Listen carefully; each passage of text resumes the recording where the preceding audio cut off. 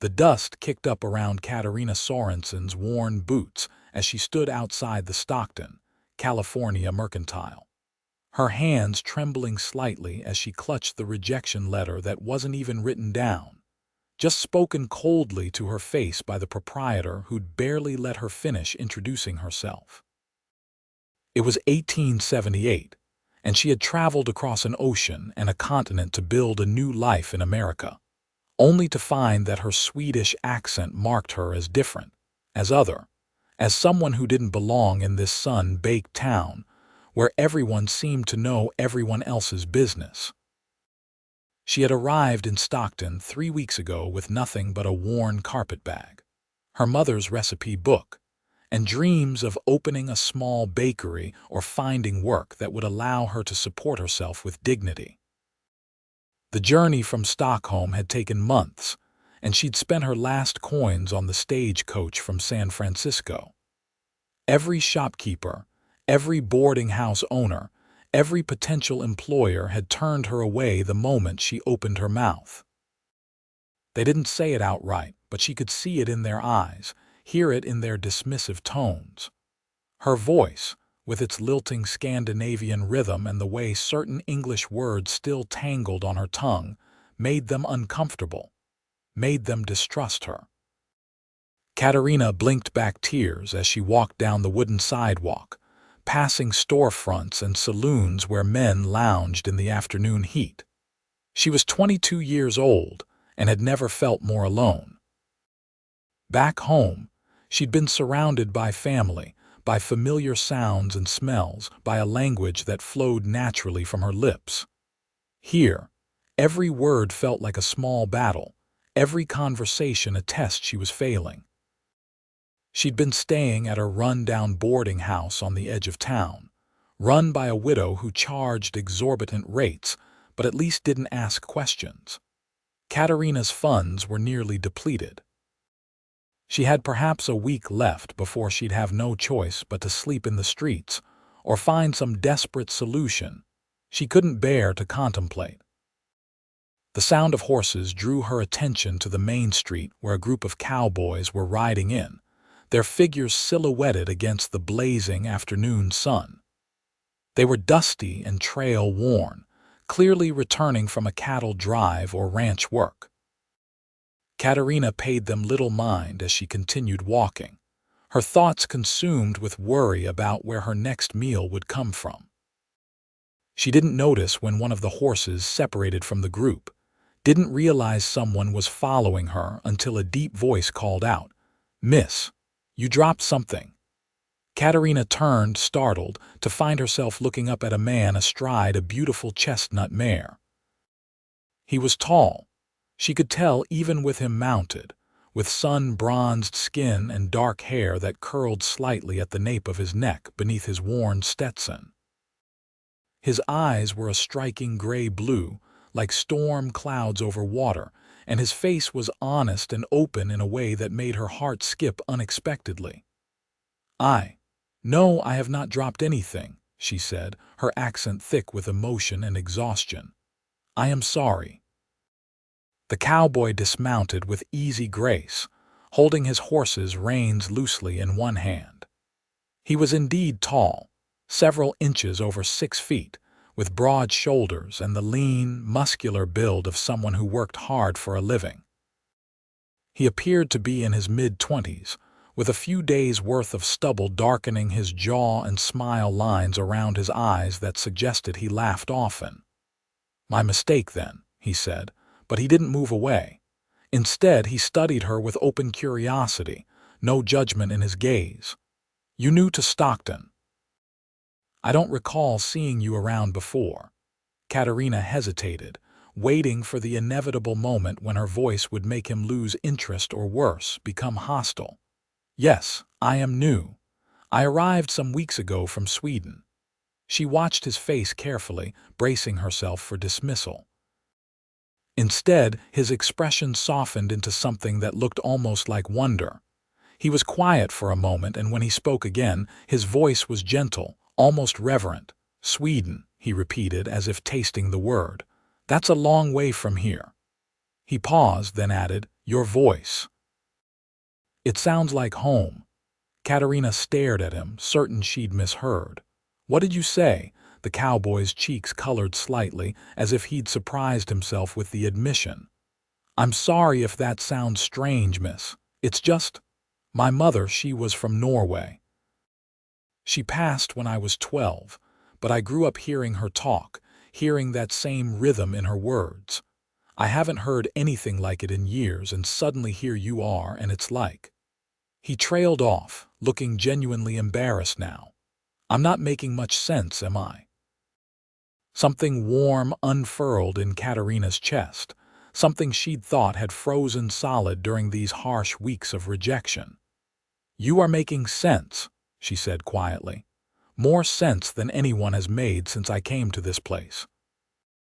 The cowboy's face brightened with a genuine smile that transformed his already handsome features into something that made Katarina's breath catch. He extended his free hand to her. I'm Isaac Irving. I work at the Running Creek Ranch about 5 miles outside town. And I apologize for not introducing myself properly sooner. Katarina took his hand, feeling the calluses that spoke of hard work, the strength in his grip tempered by careful gentleness. Katarina Sorensen, and you have nothing to apologize for. You are the first person who has not made me feel unwelcome. Isaac's smile faded, replaced by a frown of concern. People been treating you poorly, she considered lying, maintaining her pride, but something about Isaac's honest face made her want to tell the truth. Everyone I speak to finds reason to turn me away. I need work, I need proper lodging, but my accent, it makes them uncomfortable. They think I cannot be trusted, or perhaps they simply do not want to hear how I speak. I do not know any more. Anger flashed across Isaac's face, quick and fierce. That's not right. That's not right at all. He was quiet for a moment, clearly thinking, then his expression cleared with decision. Can I buy you a cup of coffee, Miss Sorensen? There's a place down the street that makes decent brew, and I'd like to hear more about your situation. Maybe I can help. Katarina's instinct was to refuse, to maintain what little dignity she had left, but practicality won out over pride. She needed help, and this man was offering it without judgment, without ulterior motive she could detect. That would be very kind. Thank you. Isaac led his horse as they walked together toward a small restaurant tucked between a barber shop and a bank. The sign above the door read, Me's Kitchen, in faded letters. Inside, the establishment was clean if simple, with a handful of tables covered in checkered cloths and the smell of fresh bread making Katarina's empty stomach clench with hunger. A middle-aged woman with graying hair and a comfortable figure emerged from the back, her face lighting up when she saw Isaac. Isaac Irving, as I live and breathe. Haven't seen you in town for weeks. Your boss finally giving you a day off, Isaac grinned. Something like that, me. We finished moving the herd to the summer pasture, so Mr. Thornton gave us a few days to rest before we start mending fences. Could we get 2 coffees and... He glanced at Katarina. Have you eaten today, Miss Sorensen? Katarina felt her face flush with embarrassment. She wanted to lie, but her stomach chose that moment to growl audibly. Not much, she admitted quietly. 2 of your roast beef specials, me, if you don't mind. And some of that bread you just pulled out, I can smell it from here. Me's sharp eyes had been assessing Katarina throughout the exchange, but unlike the other townspeople, her expression held curiosity rather than judgment. You've got it, Isaac. Take a seat wherever you like. They settled at a table by the window, and Isaac removed his hat, setting it on the chair beside him. His hair was even more unruly than Katarina had noticed before, falling over his forehead in a way that made him look younger, more vulnerable. So, Isaac said, leaning forward with his elbows on the table, giving her his full attention. Tell me about yourself, Miss Sorensen. What brings a woman from Sweden all the way to California? Katarina wrapped her hands around the coffee cup me had brought over, grateful for something to hold, something to ground her. My family, they had a farm outside Stockholm. Small, but it was ours. 3 years ago there was a fire. We lost everything, including my father. My mother, she tried to keep going, but the grief was too much. She died the following winter. Katarina's voice remained steady, though the pain still lived fresh in her heart. My older brother inherited what little was left, and he married. His wife, she did not want me there. She made it very clear I was a burden. Isaac's expression darkened. So they sent you away? Not exactly. My brother, Eric, he felt guilty. He gave me enough money for passage to America and told me there were opportunities here that I could build a new life. He meant well, I think. He just did not understand how hard it would be. She took a sip of coffee, letting the bitter warmth fortify her. I heard there were many Scandinavians in America, that perhaps I would find community, but Stockton, it is not what I expected. Stockton's got its share of good people, but it's also got plenty who are suspicious of anything different, Isaac said. Though I have to say, their loss is significant. Anyone who'd turn away someone willing to work based on how they speak is a fool. He paused as me brought over 2 heaping plates of roast beef, potatoes, and carrots, along with a basket of bread still warm from the oven. Katarina's eyes widened at the amount of food. This is too much. I cannot possibly. You can and you will, Isaac interrupted gently. When's the last time you had a proper meal? She couldn't remember. The past week, she'd been surviving on the cheapest bread and cheese she could find, rationing it carefully. The smell alone was almost overwhelming. Thank you, she whispered, her throat tight with emotion. I do not know how to repay you. Don't need repayment. Just eat, please. They ate in companionable silence for a few minutes, and Katarina had to force herself to eat slowly despite her hunger. The food was simple but good, hearty and filling in a way she desperately needed. You said you've been looking for work, Isaac said after a while. What kind of work are you hoping to find? Anything, honestly. I can bake, I can sew, I can clean. I worked in a bakery in Stockholm before the fire, and I thought perhaps I could find similar work here. I have my mother's recipe book, all our family recipes, but no one will even let me demonstrate what I can do. She met his eyes across the table. As soon as I speak, I see them decide. They do not hear my words, only how I say them. Isaac was quiet, chewing thoughtfully, and Katarina could practically see the wheels turning in his mind. The Running Creek Ranch, he said slowly. It's a big operation, one of the biggest in the county. The owner, Mr. Thornton, he's a fair man, and his wife, she's always complaining about needing help. They've got 6 children, and Mrs. Thornton has been trying to manage the household herself since their last housekeeper left to get married. Katarina's heart began to beat faster. Do you think they would consider hiring me? I think they'd be fools not to, Isaac said firmly.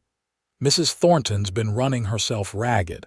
She needs help with cooking, cleaning, minding the younger children. And Mr. Thornton, he's not the type to judge someone on their accent. He cares about whether someone's willing to work hard and do right by people. He hesitated, then added, I should tell you I'm not important at the ranch. I'm just one of the regular hands, been there about 4 years now. But I could introduce you, put in a good word. It might not guarantee anything, but it'd at least get you through the door. You would do this for me. You do not even know me. Isaac's gray-blue eyes held her steadily. I know you've traveled halfway around the world by yourself. I know you've faced rejection after rejection, and you're still standing, still looking for honest work. And I know that when you speak, I hear my mother's voice, the woman who taught me that where someone comes from doesn't matter half as much as who they choose to be. He smiled slightly.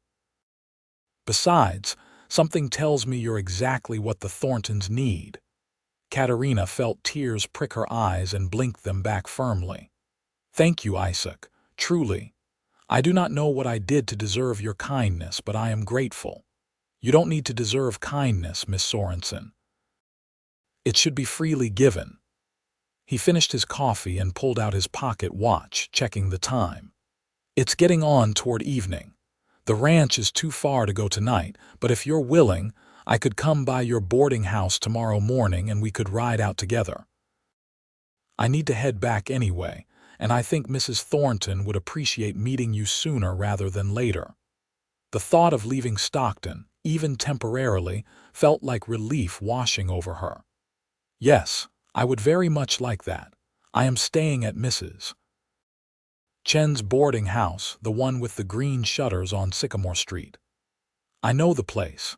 I'll be by around 8 if that suits you." "It suits me perfectly." They finished their meal, and when Isaac paid me, he ignored Katarina's protests. As they stepped back out into the late afternoon sun, Isaac retrieved his horse and walked with her toward the boarding house.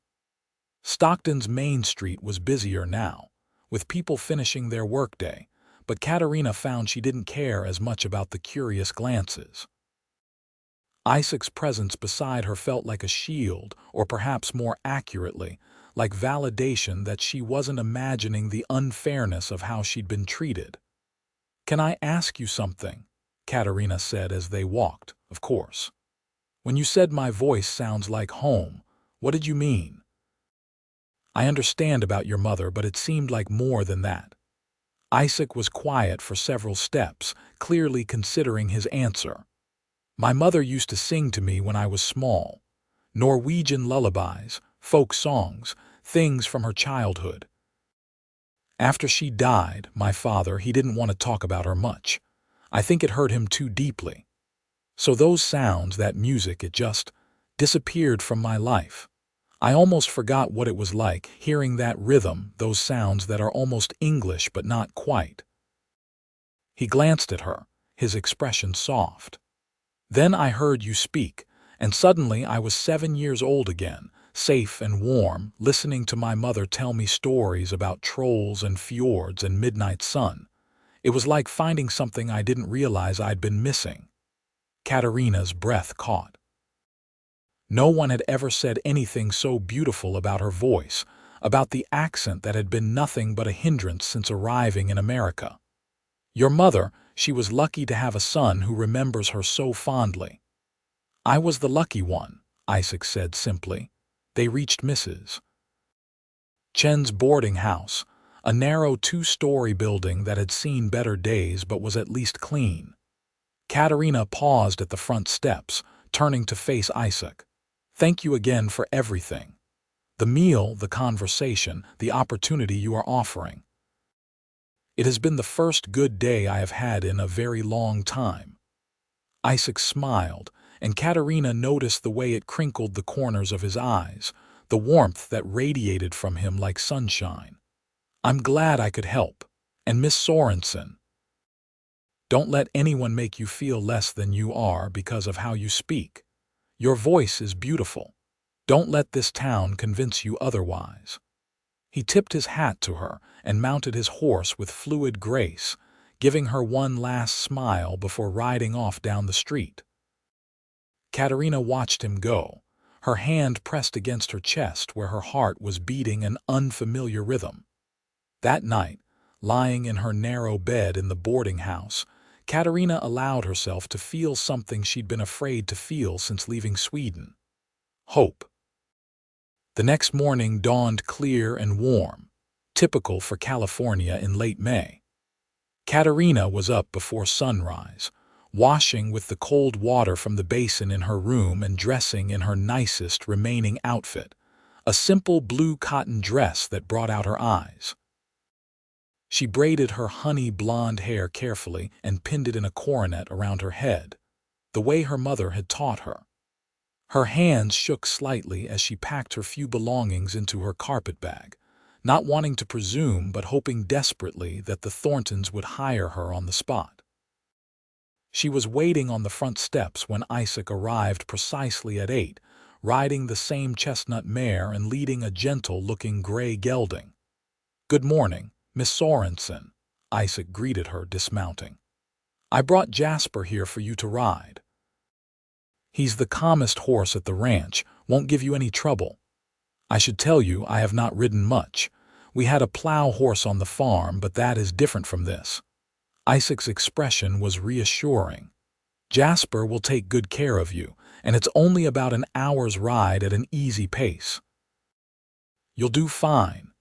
He helped her mount, his hand steady on her waist as he lifted her into the saddle. Katarina tried to ignore the way her skin warmed at his touch, the inappropriate flutter in her stomach. This man was helping her find employment, nothing more. She couldn't afford to develop feelings that would only complicate things. But as they rode out of Stockton together, the morning sun painting everything golden, Katarina found it increasingly difficult to ignore the way Isaac made her feel. He was patient as she found her seat on Jasper, never making her feel foolish for her inexperience. He pointed out landmarks as they rode, telling her about the area with obvious affection for the land. "That creek there, that's where the ranch gets its name. Running Creek runs through the property, never dries up even in the worst summers. Means we've always got water for the cattle, which is more valuable than gold in these parts." The landscape was nothing like Sweden, all golden grass and rolling hills instead of dark forests and rocky coastlines, but Katarina found it beautiful in its own way. The sky seemed impossibly huge here, stretching endlessly in every direction. "You miss it?" Isaac asked after they'd been riding for a while. "Sweden, I mean." "Every day," Katarina admitted, "but I also know I cannot go back. There is nothing for me there now. I have to make a life here, build something new. It is frightening, but also exciting in a way. Like I get to decide who I want to be without the weight of everyone's expectations." "I can understand that," Isaac said. "I grew up in Missouri, came west when I was 18 looking for adventure and opportunity. It's hard starting over, but there's freedom in it too." "Why did you leave Missouri?" A shadow crossed Isaac's face. "My father remarried when I was 16, a woman with 3 children of her own. She wasn't unkind, but it was clear she saw me as someone taking up space that could go to her own kids. When I turned 18, I figured it was time to make my own way. I worked odd jobs, did some time as a ranch hand in Texas, eventually made my way to California. Found the Running Creek about 4 years ago and decided to stay. Mr. Thornton's a good boss, treats his workers fairly, and I like the work." "You think you will stay permanently? Or do you dream of having your own ranch someday?" Isaac smiled. "That's a big dream for a cowboy. I'd need significant money saved up to buy land and stock it with cattle. But yeah, someday I'd like to have my own place, something small, manageable. A house, some land, maybe a family." He glanced at her, then away quickly, color rising in his cheeks. "What about you? What do you dream of?" Katarina considered the question carefully. "I want to belong somewhere. To have a place where I am valued, where my voice is not something to overcome but simply part of who I am. I want to work hard and know that my work matters. And yes, someday, a family. Children who will never wonder if they are wanted." She paused, then added quietly, "Simple dreams, perhaps, but they feel impossible sometimes." "They're not impossible," Isaac said firmly. "And they're not simple either. They're the dreams that matter most." The Running Creek Ranch appeared on the horizon as they crested a rise, and Katarina caught her breath at the sight. The main house was large and well-maintained, painted white with a wide porch wrapped around 3 sides. Several outbuildings dotted the property. A barn, a bunkhouse, various sheds and corrals. Cattle grazed in distant pastures, and she could see people moving about, busy with the day's work. "It is beautiful," she said honestly. Wait until you see the view from the back pasture at sunset, Isaac said with obvious pride. It'll take your breath away. As they rode into the main yard, a woman emerged from the house, wiping her hands on her apron. She was in her early 40s, Katarina guessed, with brown hair showing threads of gray and a face that spoke of both kindness and weariness. Behind her, children of various ages spilled out onto the porch, curious about the visitors. Isaac. We weren't expecting you back until tomorrow, the woman called out, smiling warmly. Isaac dismounted and helped Katarina down before answering. Morning, Mrs. Thornton. I came across someone in town yesterday who I thought you might want to meet. He gestured to Katarina. This is Miss Katarina Sorensen. She's recently arrived from Sweden and she's looking for work. I immediately thought of you.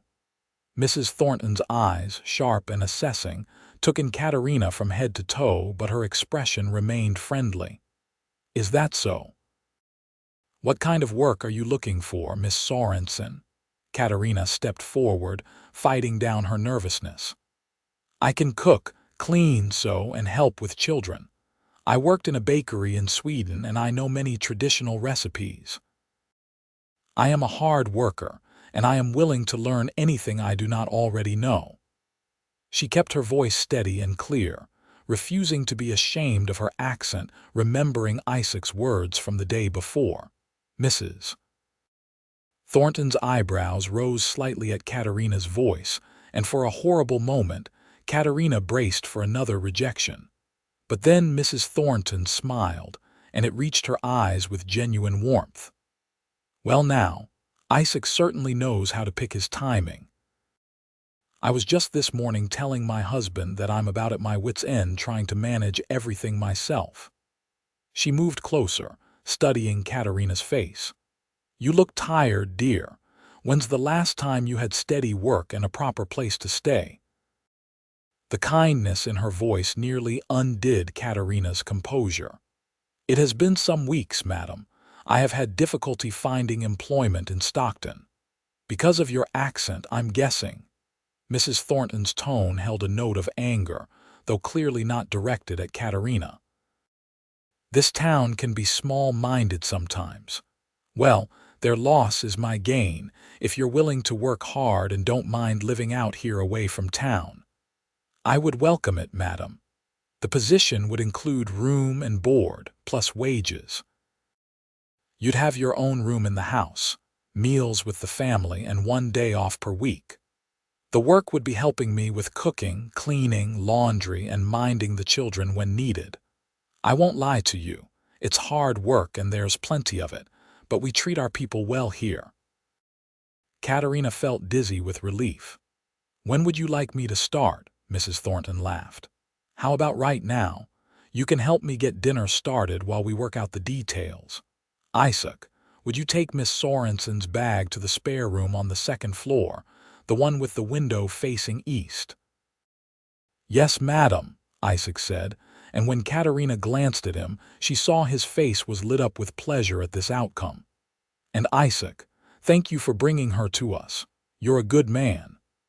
Isaac's cheeks colored at the praise, but he met Katarina's eyes with a smile that made her heart skip.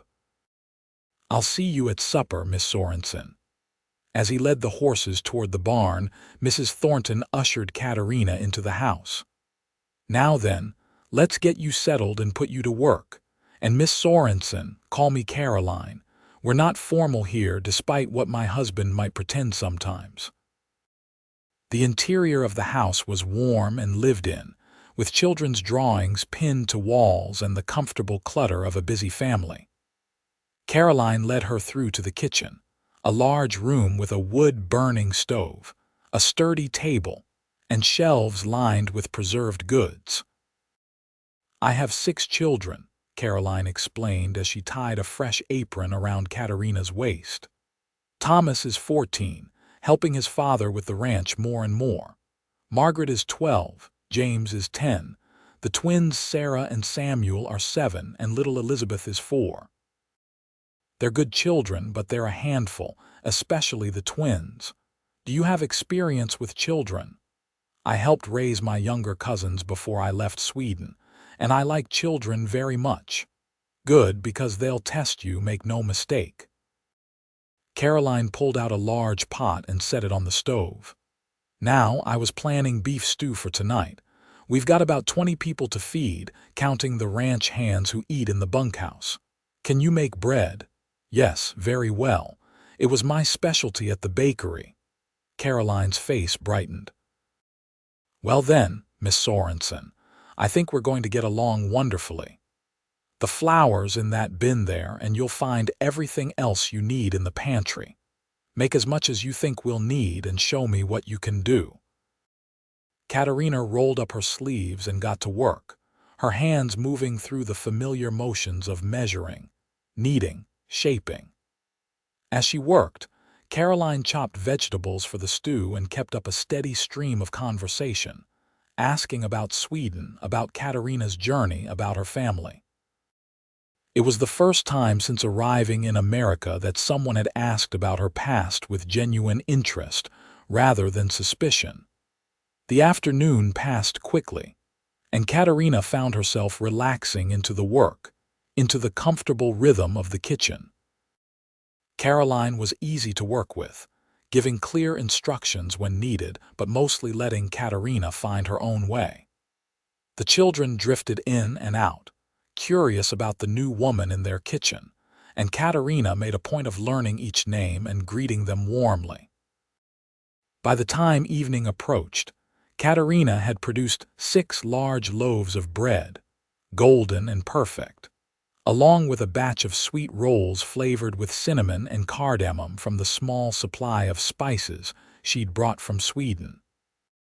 Caroline broke off a piece of bread while it was still warm, tasted it, and her eyes widened. Oh my goodness, Miss Sorensen, this is extraordinary. I haven't tasted bread this good since, well, ever actually. Katarina felt warmth spread through her chest. Thank you.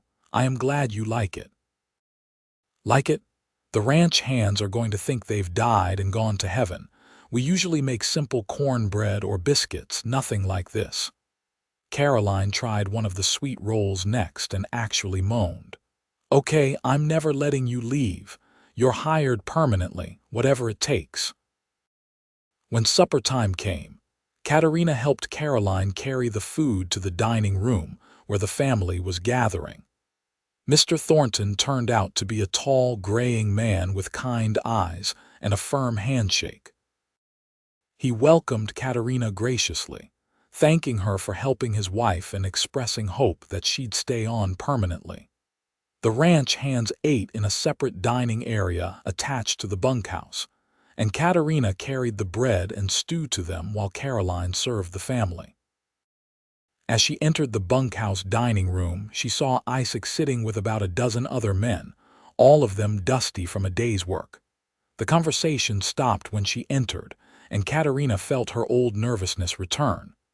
But then Isaac stood, smiling, and said, "Fellows, this is Miss Sorensen. She's the new housekeeper, and if that bread smells half as good as it looks, we're in for a treat."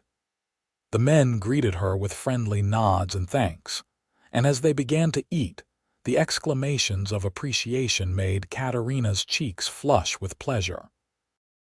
One older man with gray in his beard actually asked if he could have her recipe, saying he wanted to send it to his daughter. Isaac caught her eye across the room and gave her a subtle smile that seemed to say, "See, I told you they'd appreciate you."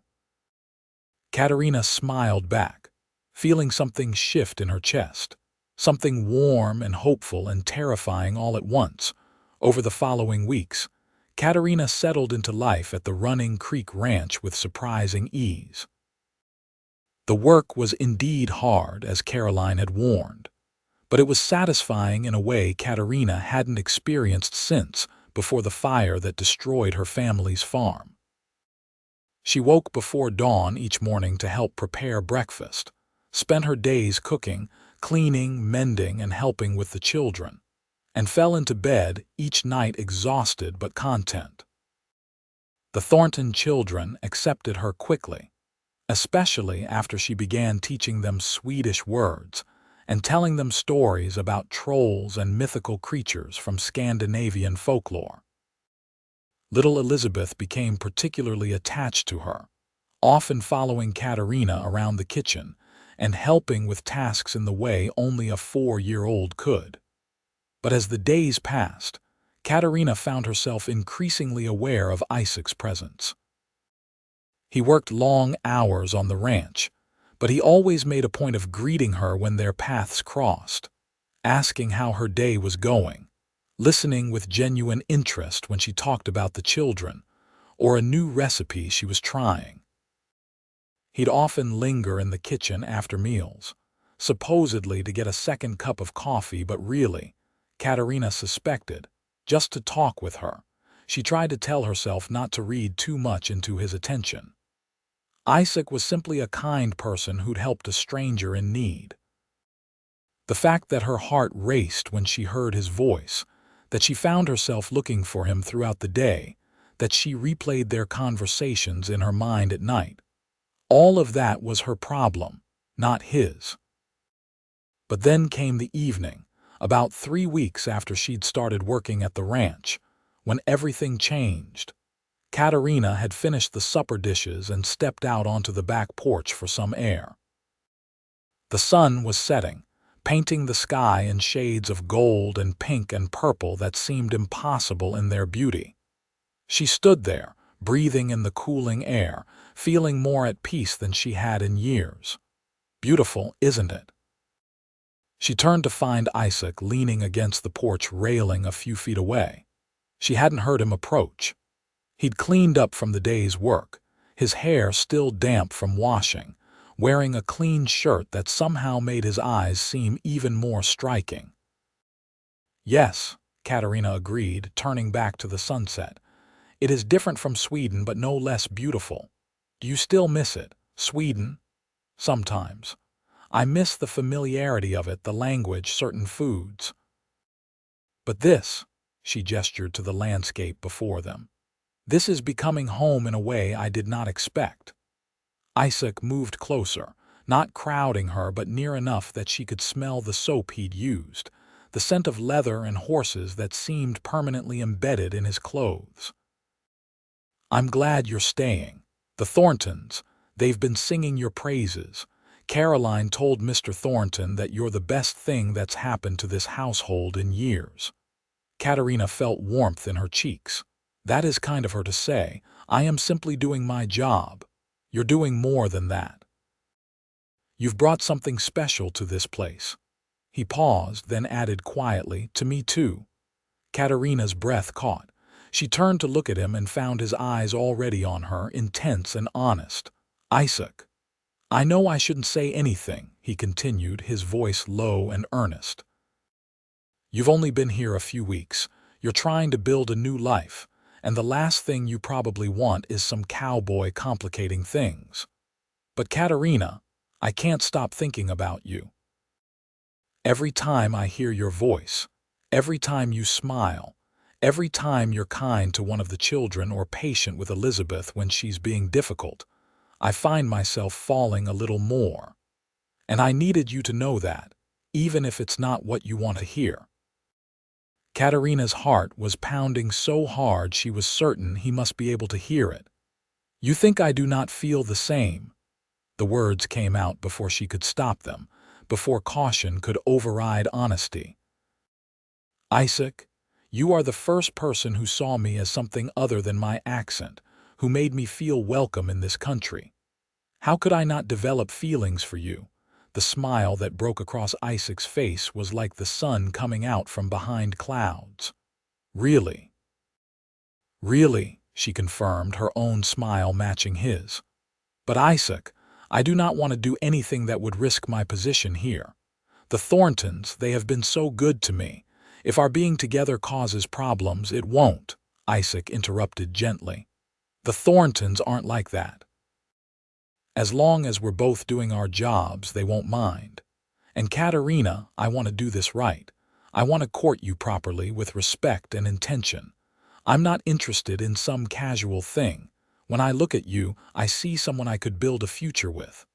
The words should have scared her. They'd only known each other for a few weeks, but somehow they felt right, like a key turning in a lock she hadn't even known was there. "Then yes," Katarina said softly, "I would very much like for you to court me." Isaac reached for her hand, his fingers intertwining with hers, and they stood there on the porch watching the last of the sunset fade, neither of them needing to fill the silence with words.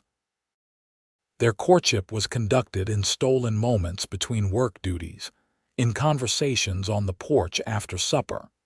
In the way, Isaac would find excuses to be near the house, and how Katarina would time her trips to the root cellar to coincide with when she knew he'd be passing by.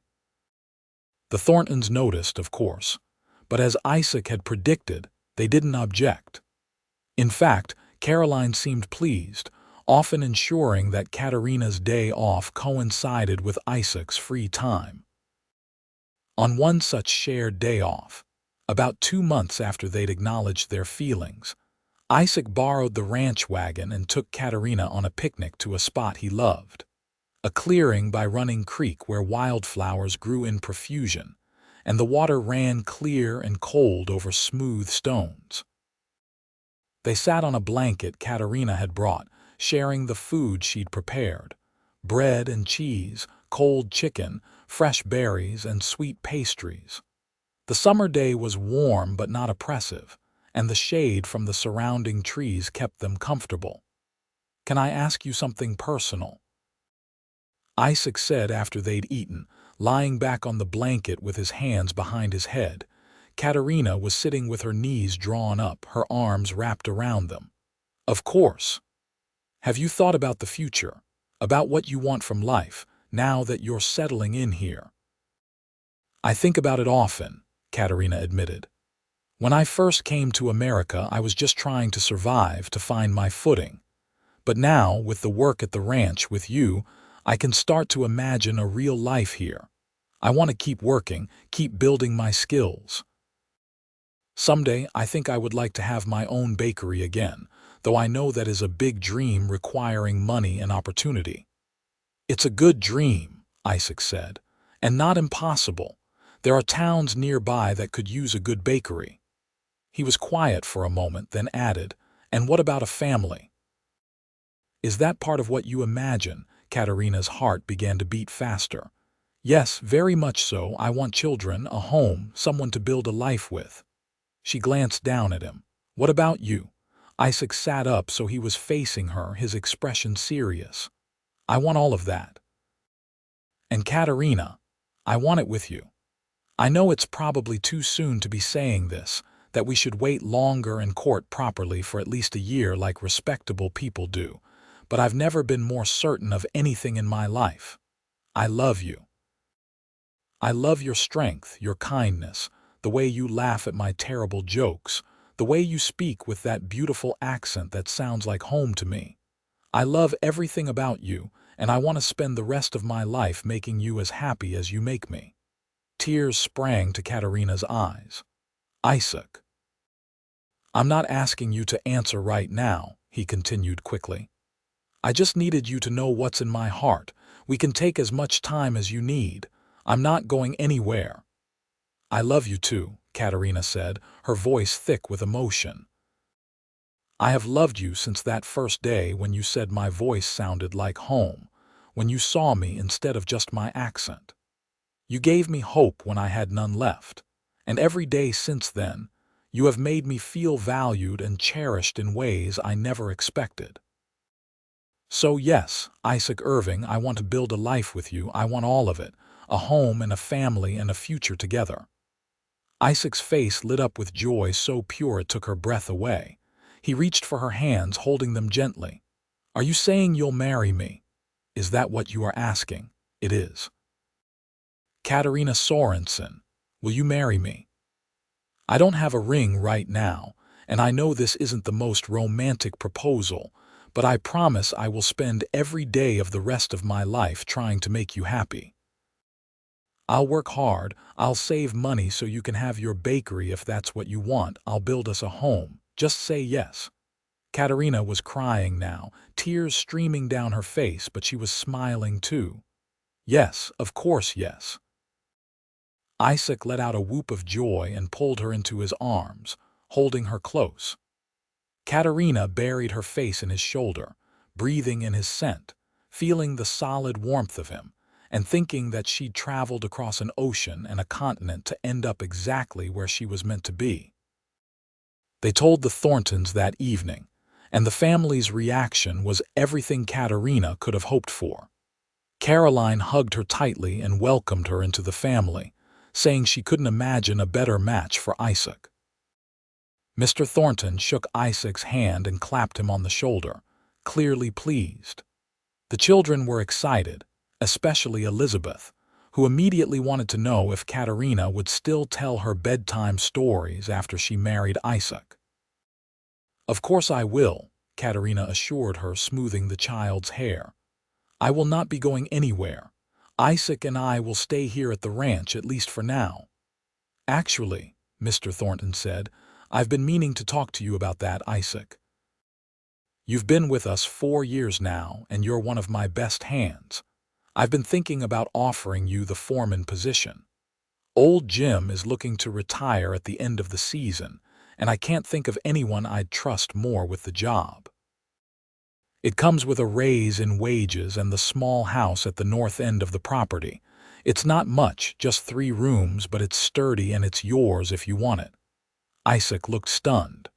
"Mr. Thornton, I don't know what to say. That's incredibly generous. You've earned it, son. And a married man needs a place for his family. What do you say?"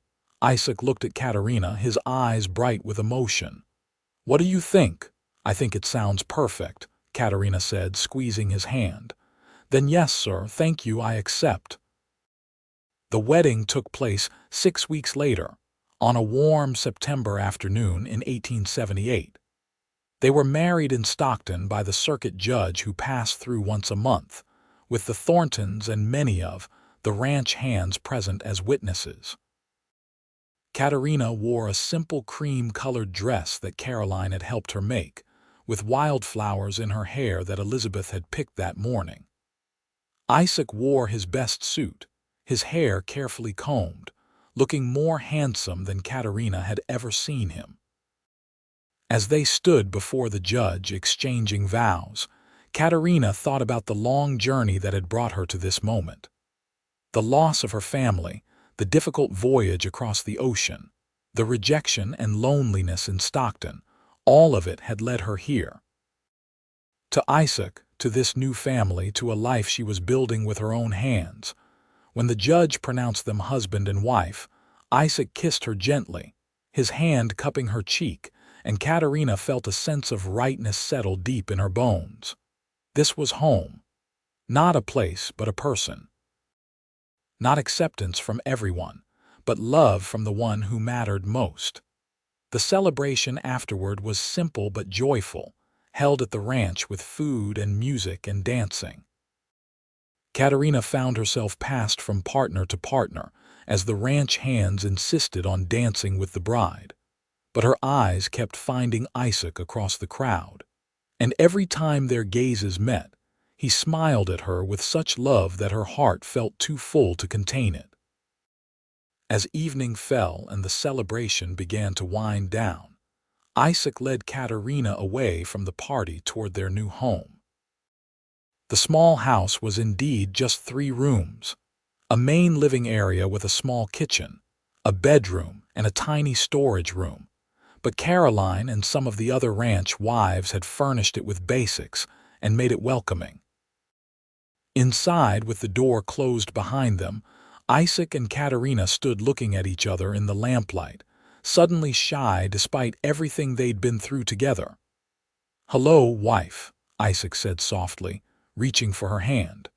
"Hello, husband," Katarina replied, smiling. Isaac pulled her close, his forehead resting against hers. "I love you so much. Thank you for taking a chance on me on this life. Thank you for seeing me when everyone else looked away," Katarina whispered. "Thank you for making me feel like I belonged." They moved into their new life together with ease, finding rhythms and routines that worked for them both. Katarina continued working at the main house most days, though Caroline insisted on lighter duties now that she was married. And Isaac took on his new responsibilities as foreman with quiet competence that earned him respect from the other hands. In the evenings, they would return to their small house, and Katarina would cook while Isaac talked about his day, or they would sit on their small porch and watch the sun set over the hills. They talked about everything and nothing, learning each other's thoughts and dreams and fears. Isaac taught Katarina to ride properly, and she taught him some of her mother's recipes. They built a life together, piece by piece, day by day. The following spring, Katarina discovered she was pregnant. She told Isaac one evening after supper, too excited to find a special way to break the news, just blurting it out while he was washing his hands. Isaac froze, water dripping from his fingers, staring at her with wide eyes. "Are you certain?" "As certain as I can be without seeing a doctor." "But yes, I am fairly sure." A slow smile spread across Isaac's face, growing wider until he was grinning like a fool. He crossed to her in 2 strides and lifted her off her feet, spinning her around. "We're having a baby. We're having a baby," Katarina laughed, holding onto his shoulders. "Yes, we are. In November, I think." Isaac set her down carefully, suddenly concerned. "Are you feeling all right? Do you need to sit down? Should you still be working at the house?" "I am fine, Isaac. Women have babies all the time." "I am strong and I will be careful, but I do not need to be treated like glass."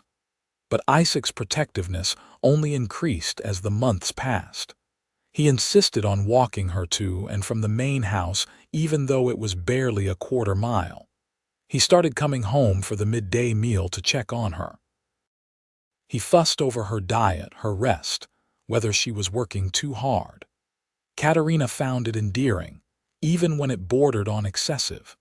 Caroline was delighted for them and helped Katarina prepare for the baby, providing advice and hand-me-down clothes and equipment from her own children.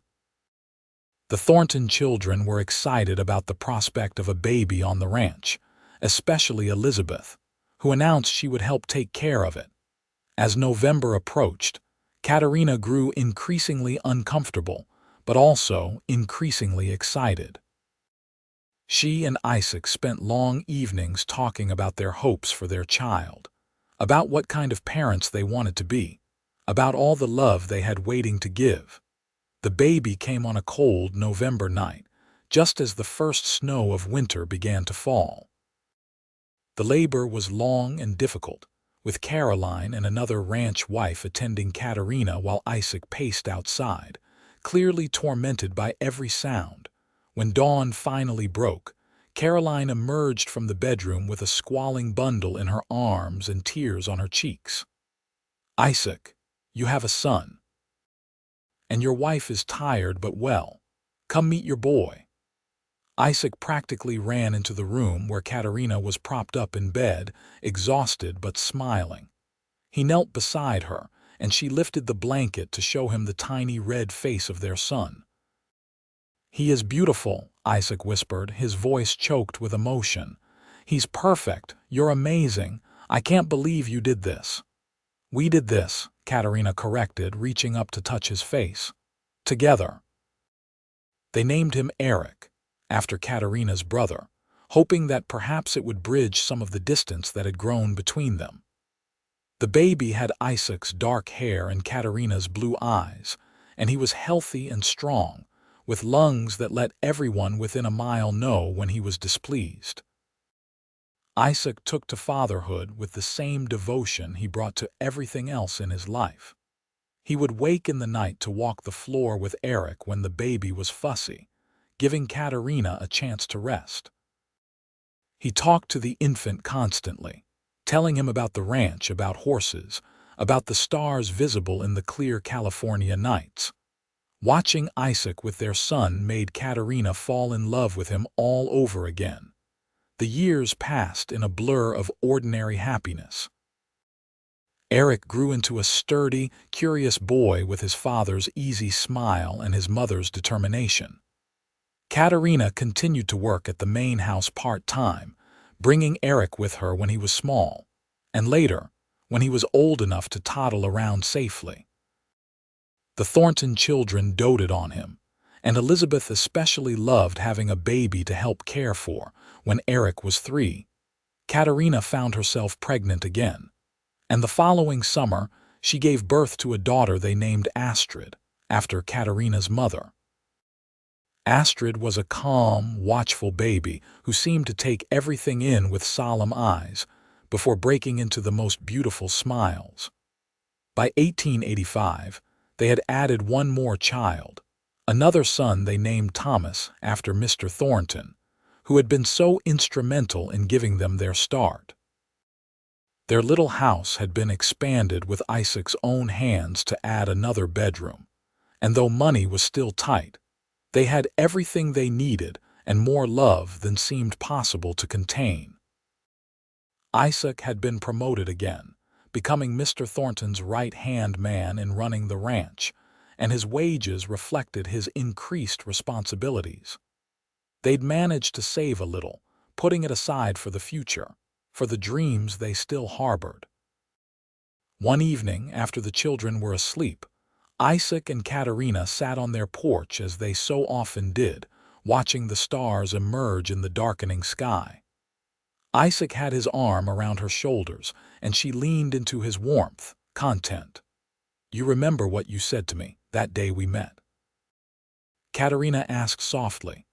"I said a lot of things that day." "Which part?" "You said my voice sounded like home." Isaac smiled, pressing a kiss to her temple. "I remember. It was true then, and it's even more true now. You are my home, Katarina. You always will be."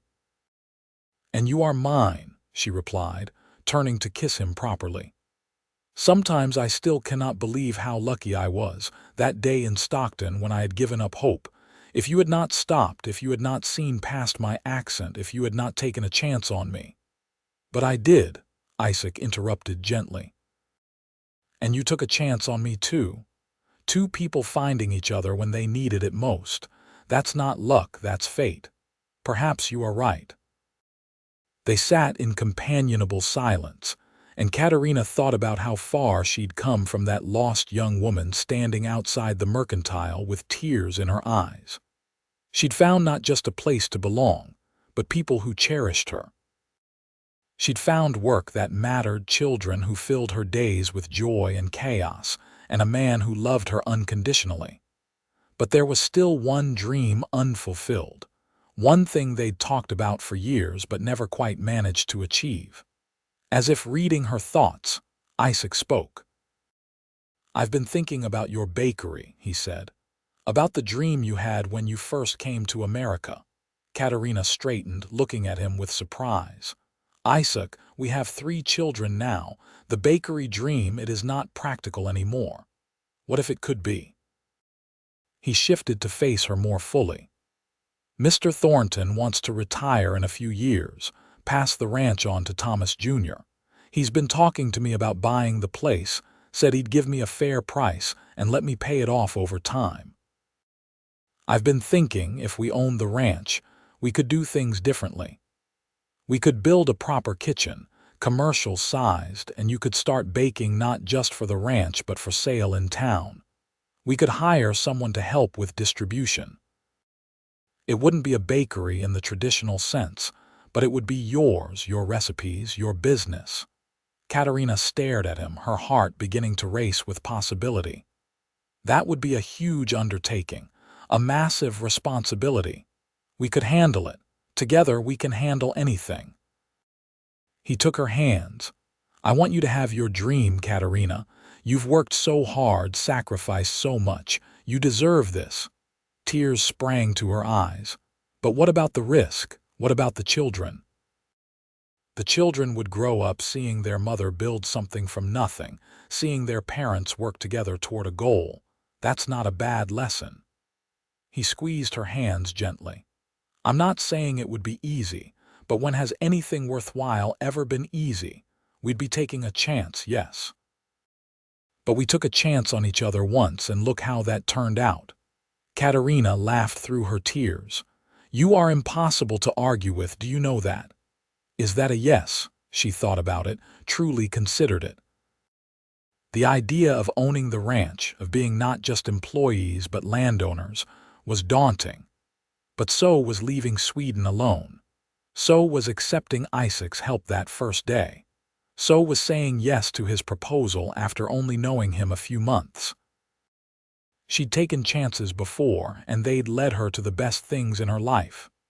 "Yes," she said firmly, "let us do this. Let us build something together."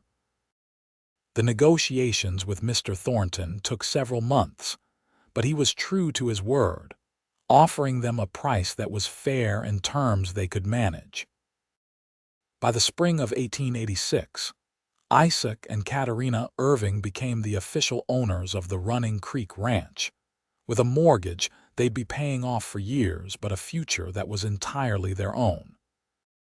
True to their plan, they expanded the kitchen, and Katarina began baking in earnest, producing breads and pastries and cakes that quickly became famous throughout the county. Isaac handled the business side, arranging sales to restaurants and general stores in Stockton and surrounding towns. They hired additional help, both for the ranch work and for the baking operation, providing good jobs to people who needed them. The work was exhausting, the hours long, and there were times when Katarina wondered if they'd taken on too much. But then she'd see the pride in Isaac's eyes when he talked about their accomplishments, or she'd watch Eric and Astrid help in the kitchen, learning recipes she'd learned from her own mother, and she'd know they'd made the right choice. The children grew. Eric became fascinated with the cattle and the land, clearly destined to follow in his father's footsteps as a rancher. Astrid, meanwhile, showed a talent for baking that rivaled Katarina's own, and by age 10 was creating her own variations on traditional recipes. Young Thomas was still finding his way, curious about everything and afraid of nothing. Years continued to pass, marked by the changing seasons, by cattle drives and harvest times, by birthdays and holidays. The Thorntons moved to a smaller place closer to town, but they remained close friends, visiting often and delighting in watching the ranch they'd built continue to thrive under new ownership. In 1892, when Katarina was 36 and Isaac was 38, they achieved something remarkable. Katarina's bakery officially opened in Stockton, a real storefront on Main Street, supplied by the ranch kitchen but providing a place where people could come to buy fresh goods daily. Astrid, now 14, helped run it after school, showing a head for business that impressed everyone. The day they opened, Katarina stood in front of the shop, looking at the sign bearing her name, and felt a sense of accomplishment that brought tears to her eyes. She'd come to this town 15 years ago, rejected and lost, her accent marking her as unwelcome. Now she owned a thriving business, was respected in the community, and had built a life beyond her wildest dreams. Isaac came to stand beside her, taking her hand.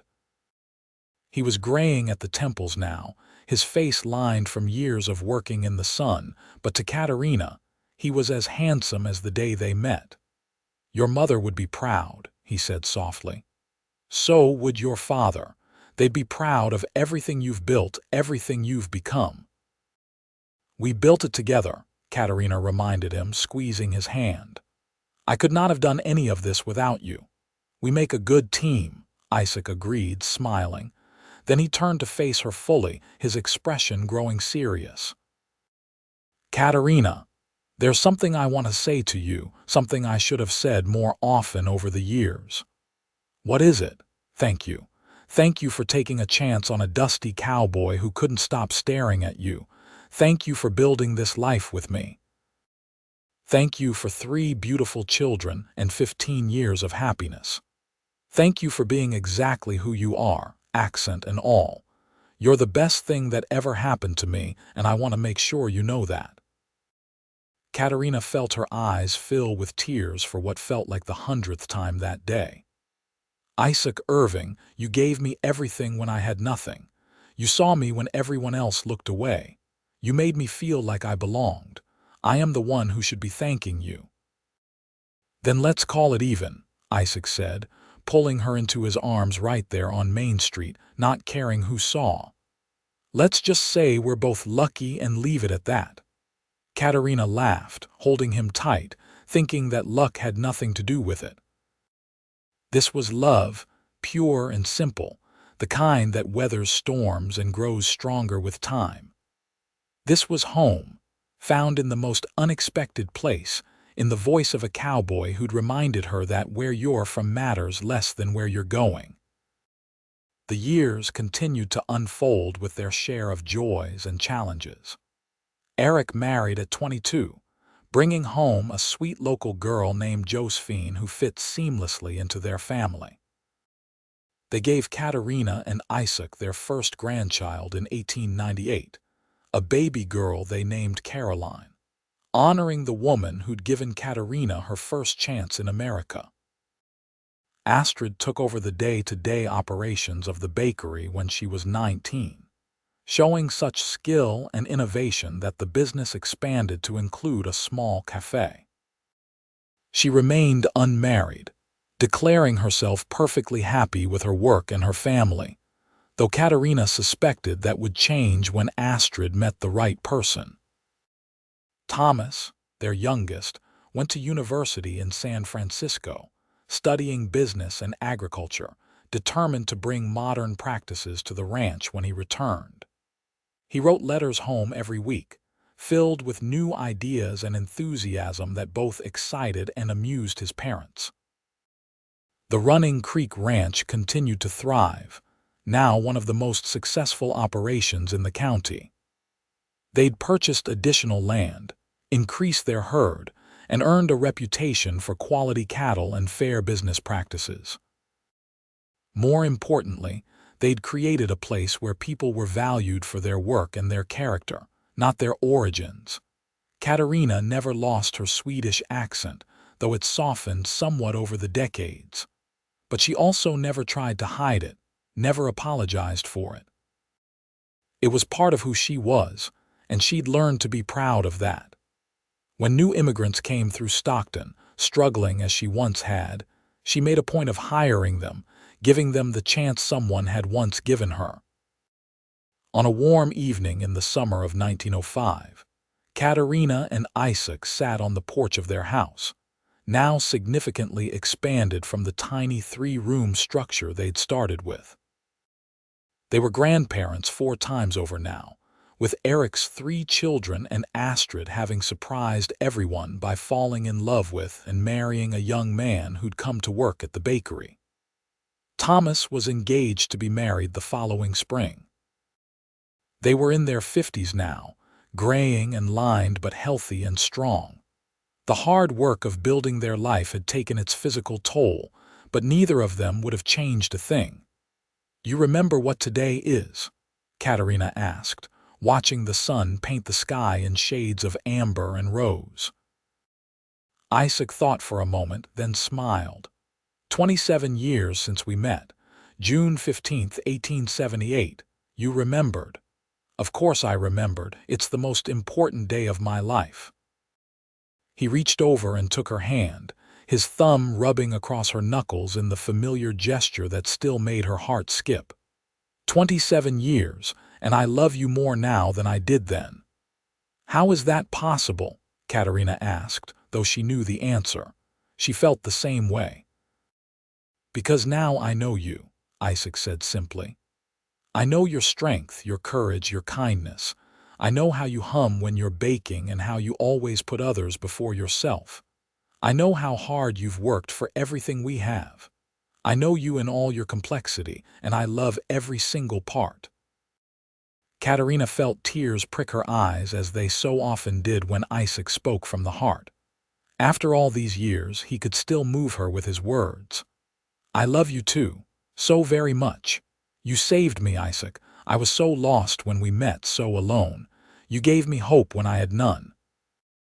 "You saved yourself," Isaac corrected gently.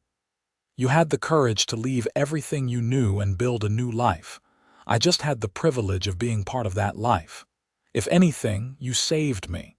Before you, I was just drifting, working but never building toward anything. You gave me purpose, gave me a reason to dream bigger." They sat in comfortable silence, hand in hand, as the sun continued its descent. From inside the house came the sounds of family, Eric's children playing a game while Josephine tried to settle them down, Astrid and her husband discussing bakery business at the kitchen table. "We did good, didn't we?" Katarina said softly. Isaac squeezed her hand. "We did better than good. We built something that will last beyond us. Our children, our grandchildren, this ranch, your bakery, all of it will continue long after we're gone. We built a legacy, Katarina. Together." She leaned her head on his shoulder, feeling the steady strength of him, the warmth that had been her constant for 27 years. "I am so grateful I got lost in Stockton that day. So grateful you heard me speak and thought of home instead of seeing me as foreign." "You were never foreign to me," Isaac said, pressing a kiss to the top of her head. "From the moment I heard your voice, you were home. You've been home ever since." As darkness fell, and the first stars emerged in the vast California sky, Katarina thought about the journey that had brought her here. The pain of losing her family, the fear and loneliness of arriving in a new country, the rejection she'd faced in Stockton, all of it had led to this moment, to this life, to this love. She wouldn't erase the hard parts even if she could, because they'd shaped her, strengthened her, led her exactly where she was meant to be. She'd left Sweden as a girl with nothing but dreams and determination. She'd been rejected for something as simple as her accent, dismissed before anyone took the time to know her.